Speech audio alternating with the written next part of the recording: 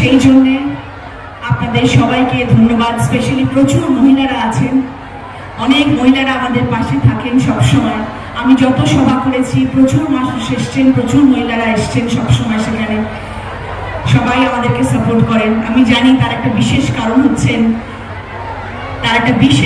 হচ্ছে আমাদের পশ্চিমবাংলার যিনি দিদি, তিনি একজন মহিলা এবং তারা, আপনারা সবাই তাকে এত শ্রদ্ধা করেন, আপনারা সবাই তৃণমূল। হুগলির তারকা প্রার্থী রচনা ব্যানার্জির সমর্থনে হুগলি ডানলপের সর্বভারতীয় তৃণমূল সুপ্রিমো অর্থাৎ রাজ্যের মুখ্যমন্ত্রী মমতা বন্দ্যোপাধ্যায় জনসভা করেন। সভা মঞ্চ থেকে কড়া ভাষায় বক্তব্য রাখলেন তিনি কেন্দ্র সরকারের বিরুদ্ধে। নম্বর 3 গ্যাস বেলুনের থেকেও ভয়ঙ্কর গ্যাস। কিরকম? আমরা 9 কোটি লোককে রেশনে চাল দিই বিনা পয়সায়। আমরা বলেছিলাম দেব, আমরা দিয়ে যাচ্ছি এবং দেব। কি বললো? ঠিক আছে, তোমরা 9,000 কোটি টাকা দাও, আমরা রাজ্যের ভাগ থেকে 7,000 কোটি টাকা দেব। মোট লাগে 16,000 কোটি টাকা।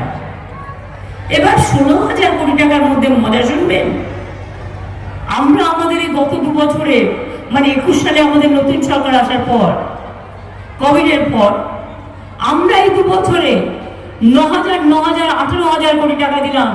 আর কেন্দ্রের টাকা দেওয়ার কথা ছিল 14,000, 12,000 কোটি টাকা দিলই না। তার মানে বিনা পয়সায় রেশন আমরা দিচ্ছি, মোদি নয়। মোদি মিথ্যে কথা বলছে।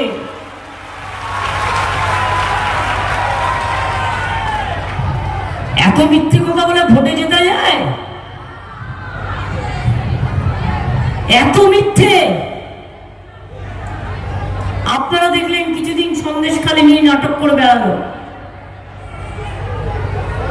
চক্রান্ত বেরিয়ে গেল। রোজ মোদি বাবু বলতে চালাকে যাও, লাগাকে যাও, চালাকে যাও। ওরা কি ভাবে আমরা বুঝতেও পারি না, দেখতেও পারি না?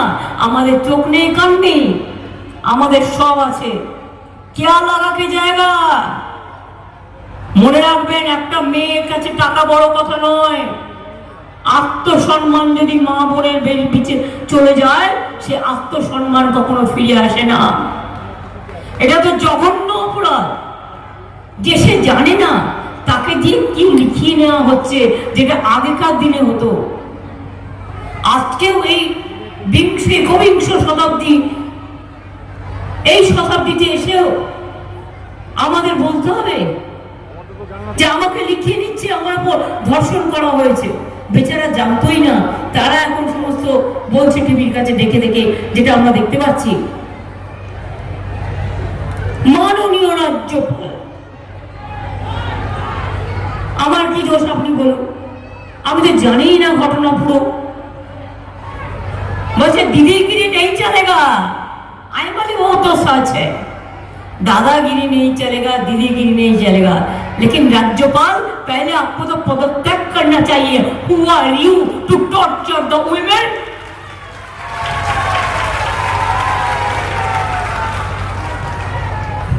কালকে নাকি প্রেসকে ডেকেছিল আপনাদের, এডিট করে কিছু ভিডিও দেখিয়েছে। পুরোটা দেখিয়েছে? পুরোটা দেখিয়েছে কি? আমি জিজ্ঞেস করছি প্রেসকে, আপনারা একটু খুলে ভালো করে খুঁজে খুঁজে দেখুন না। আপনারা তো জানেন কোনখানটা এডিট হয়। ভয় পাবেন না, কপিটা আমার কাছে আছে, আমি পেয়েছি এক জায়গা থেকে। কোন একটি প্রেসই আমায় দিয়েছে।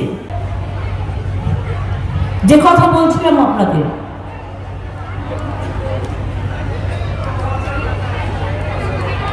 রেশনের টাকা তো বলে দিয়েছে 100 দিনে।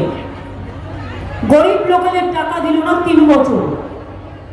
100 দিনের কাজে আমরা কিন্তু প্রথম হয়েছিলাম পর 5 বছর। বাংলার বাড়ি প্রকল্পে পর 5 বার আমরা প্রথম হয়েছে। এটা ইন্ডিয়া গভর্নমেন্ট সার্টিফিকেট দিয়ে বলেছে। রাস্তা, গ্রামীণ রাস্তায় আমরা প্রথম হয়েছিলাম 5 বার। তা সত্ত্বেও আমরা 43 লক্ষ পাকা বাড়ি করে দিয়েছি। আর মোদি অ্যাডভার্টাইজমেন্ট কি দিচ্ছে? পাকা ঘর চাইয়ে। এমন বাড়ি দেখাচ্ছে অ্যাডভার্টাইজমেন্টে যেন কয়েক কোটি টাকা দিয়ে বাড়ি তৈরি করেছে। আরে পাকা বাড়িতে পায় কত? 1,20,000 টাকা পায় গরিব লোকেরা। দুটো কিস্তিতে, আগে 3টে কিস্তি ছিল, আমরা এখন 2টো কিস্তি করে দিয়েছি, 7 লাখ 7 লাখ। শুনুন, আমার এখানে এখনো 43 লক্ষ বাংলায় বাকি আছে। কাঁচা বাড়ি তো গ্রামে গ্রামে সবার, আস্তে আস্তে করব। আগামী ডিসেম্বর মাসে আমরা শুরু করব 11 লক্ষ পাকা বাড়ি আমরা করে দেবো। মোদির ভিত্তিতে আমাদের বাংলা চলে না।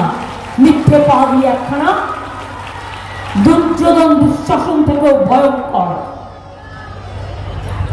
ভয়ঙ্কর। কালকে আমি শুনছিলাম আমাদের কোনো একটা জায়গা থেকে বিজেপির একজন এমপি দাঁড়িয়েছে, ফোন করে আমাদের এক নেতাকে বলেছে, এই আমার হয়ে যদি কাজ না করিস, আর যদি বসে না যাস, তাহলে ভোটের পরে দেখে নেবো। আমি কত বড় রংবাজ ভাই! রংবাজ কথাটা বলাটাই খারাপ, ঠিক আছে আমি রংবাজ বললাম না। কত বড় ভদ্রলোক ভাই, ভদ্রলোক যে তৃণমূলকে ভয় দেখাচ্ছে। তৃণমূল একমাত্র পার্টি, আপনাকে যদি ভয় পেত না অনেক আগে ঘুটিয়ে যেত। তৃণমূল কাউকে ভয় পায় না।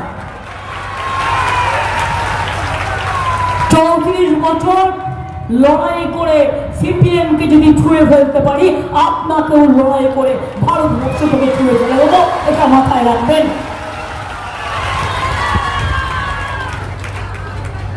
100 দিনের যারা জব কার্ড হোল্ডার, তাদের জন্য আমরা পরিকল্পনা করছি, কর্মশ্রী করে দিচ্ছি। 100 দিনের কাজেও 30 দিন পেত বছরে। আমি নিজে রিভিউ করতাম জেলায় জেলায় গিয়ে। আমরা 100 দিনের কাজের জায়গায় কর্মশ্রী করছি। কর্মশ্রীতে 50 দিনের কাজ আপনারা পাবেনই যারা জব কার্ড হোল্ডার। 50-এর জায়গায় 60 যদি কেউ করতে